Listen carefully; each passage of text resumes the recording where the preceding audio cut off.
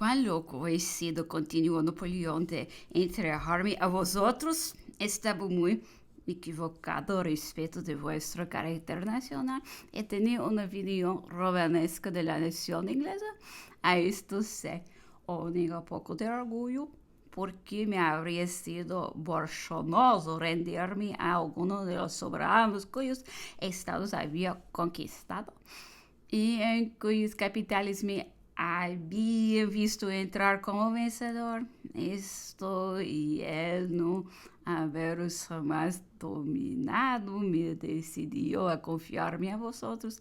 Doutor, bien cara me ha salido la alta opinión que tenía formada de vuestra nación y bien castigado estoy de la confianza que he tenido en ella en vez de entregarme a mi suegro o al emperador Alejandro, que a dos me hubieran tratado como soberano.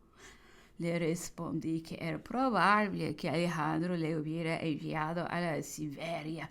De ningún modo, me respondió Napoleón, prescindiendo de cualquier otro motivo secreto. Alejandro, por política y por deseo de popularizarse, me hubiera tratado como rey y hubiera puesto palacios a mi disposición. Por otra parte, Alejandro es un príncipe generoso y hubiera tenido gusto en tratarme bien. Mi suegro, aunque hombre de pocos alcances, no deja de tener principios religiosos y es incapaz de cometer un crimen o de ejercer la crueldad de que soy víctima aquí. Fui a ver al conde de las Casas y a su hijo en compañía de Baxter. Después hice una relación el gobernador de la enfermedad del joven Las Casas, la cual se terminaba manifestando que aquel joven debía volver a Europa, se había de curarse. Baxter escribió en el mismo sentido y además escribió otra carta al gobernador, cuyo contenido se reducía enteramente a la salud del mismo conde de las Casas, diciendo que estando este poseído de dispepsia sería necesario que habitase un clima más frío y que finalmente el de Europa le sería más favorable. 25. Napoleón ha estado de muy buen humor y me ha hecho muchas preguntas en nuestra lengua. Y aunque conservaba el acento francés, las palabras de que se servía eran correctas y las colocaba bien.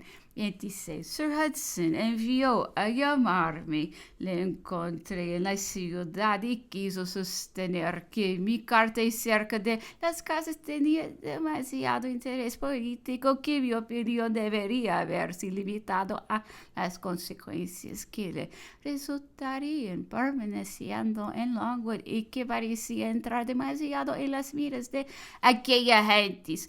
Le respondí que yo debía indicar la causa de su enfermedad y que él mismo había dicho que sí. El estado de salud de su hijo exigía que absolutamente se le transportase a Europa, no se opondría a ello. Sir Hudson respondió que ciertamente había dicho que si semejante medida era absolutamente necesaria, no podía la menor dificultad, pero que yo me había metido en una discusión ajena del objeto de mi carta. El gobernador me habló después de las medidas restrictivas y me manifestó una carta que dijo tenía intención de enviar a Bertrani, sobre la cual me rogaba. Le dije si mi parecer. Luego que la hubi leído, hice observar a su excelencia que su contenido no dejaría de dar motivo a Napoleón para hacer observaciones agrias, porque según aquella carta las cosas permanecían casi en el mismo estado que antes, aunque parecía que se suprimían algunas restricciones. Después de algunas observaciones manifestó su excelencia ser de mi opinión y me dijo que se propone examinar con madurez aquel negocio. También me autorizó para que dejase al general Bonaparte que se disminuiría un poco la sujeción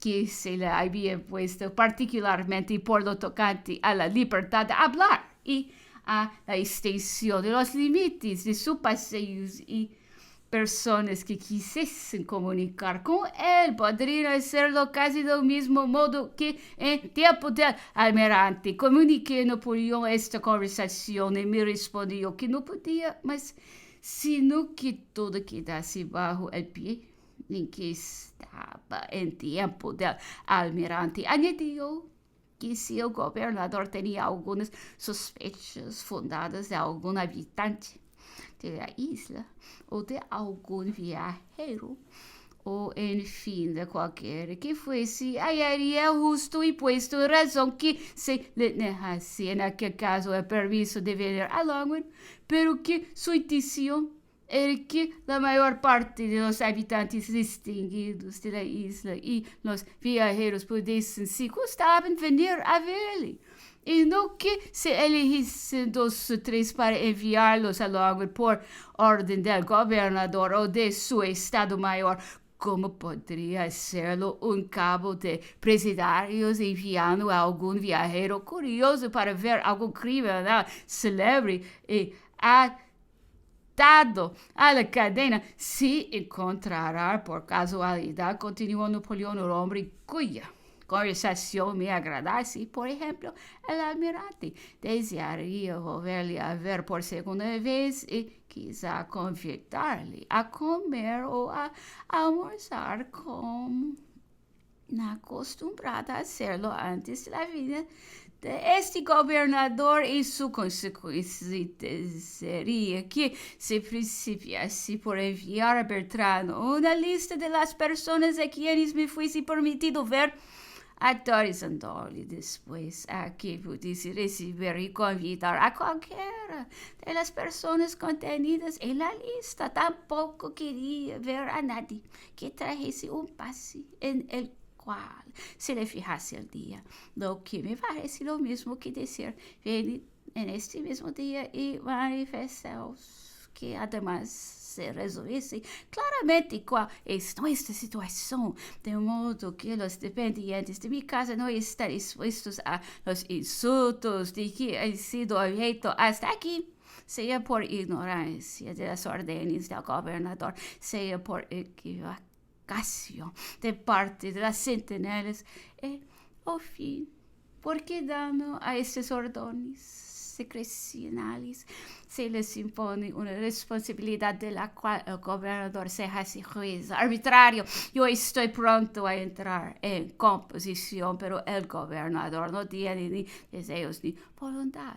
Trata a un hombre como a un caballo, a quien se le da un pienso y una cuadra para abrigarle de la intemperie. Su política es la de los principios de Italia: prometer y escribir buenas cosas, dar una libertad aparente y después mudarlo todo con decisiones.